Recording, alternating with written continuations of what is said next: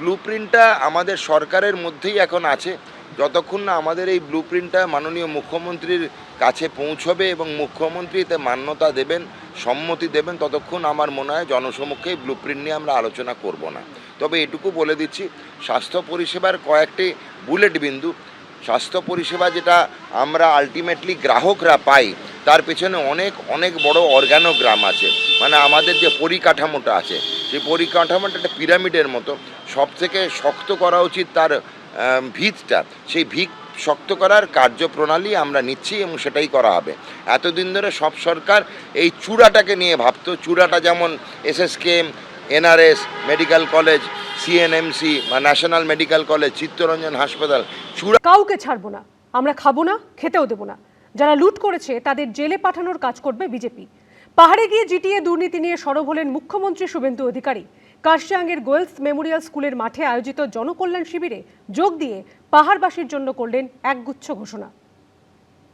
मैं आपको पूछ रहा हूं, जीटीए का जितना घोटाला हुआ, इंक्वायरी होना चाहिए, जेल के अंदर भेजना चाहिए। तो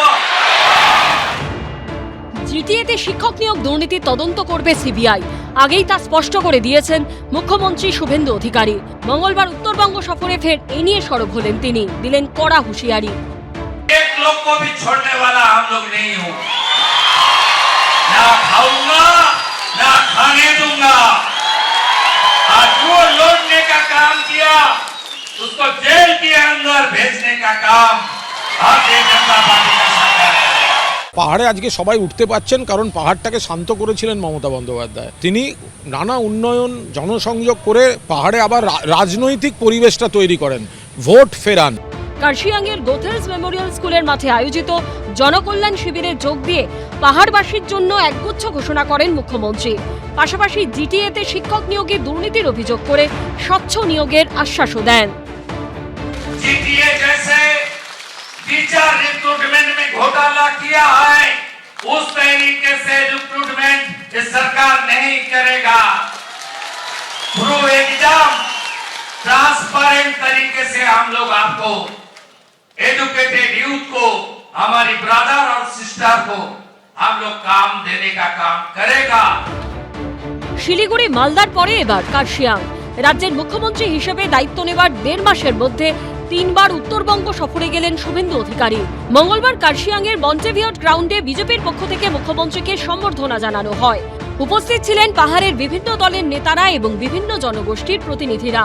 পরে কার্শিয়াংয়ে সরকারের জনকল্যাণ শিবির পরিদর্শন করেন শুভেন্দু অধিকারী। সেখানে পড়ুয়ারা গানে গানে স্বাগত জানান মুখ্যমন্ত্রীকে।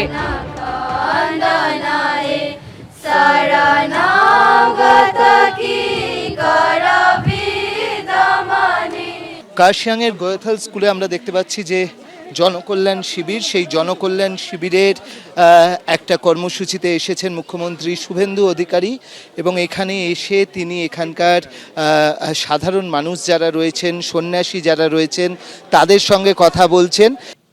जीटीए में 24-25 फाइनेंशियल ईयर में 180 करोड़ रुपया पिछले सरकार दिया, लेकिन उसमें काम तो कुछ नहीं हुआ, भ्रष्टाचार ज्यादा हुआ।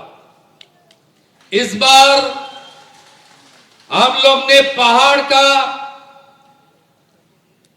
एलोकेशन डबल से भी द्विगुना से भी ज्यादा, 2 गुना से भी ज्यादा करने के लिए कमिटेड है। ये काम हम लोग करेगा। कालिम्पोंग में मेडिकल कॉलेज से लेकर राजमार्ग, state highway, PWD road, GTA maintain road, municipality panchayat area का रास्ता, छोटा सा हमारा ब्रिज और कनेक्टिविटी के अच्छा करने के लिए एक रोड मैप भी सरकार बना रहा है। 20 মে শিলিগুড়ির উত্তরকন্যায় প্রশাসনিক পর্যালোচনা বৈঠকে যোগ দেন মুখ্যমন্ত্রী।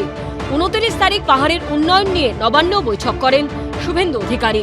অর্ণব মুখোপাধ্যায়, মোহন প্রসাদ ও কৃষ্ণেন্দু অধিকারীর রিপোর্ট, এবিপি আনন্দ। এবিপি আনন্দ, এগিয়ে থাকে, এগিয়ে রাখে।